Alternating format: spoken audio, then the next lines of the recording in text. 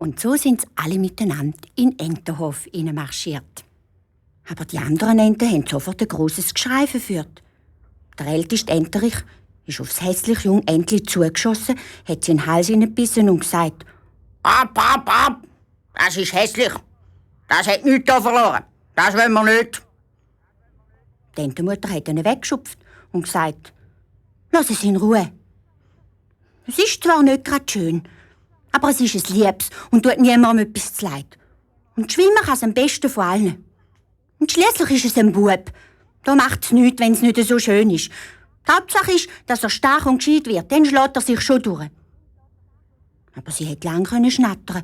Die anderen Enten haben das hässliche Entli nie in Ruhe gelassen. Sie haben es gepickt und umgeschupft und ausgelacht.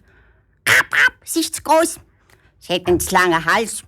Sie ist anders als alle anderen. Ab, ab! Gang weg da! Wir wollen nichts mit dir zu tun haben. Auch die Geschwister waren frech zu ihm und haben gesagt: Wenn dich nur eine Katze fangen, du hässliches Geschöpf, man muss sich ja schämen mit dir. Und die Magd, wo der Ente das Futter bringen, hat nach ihm geginket und gerufen: Gang weg, du grüssiger Vogel! Und einmal hat sie endlich gehört, wie seine Mutter zur dicken Ententante gesagt hat: Hätte ich nur auf dich gehört. Das letzte Ei hätte ich nicht ausbrüten sollen. Ich habe nichts als Schwierigkeiten mit ihm.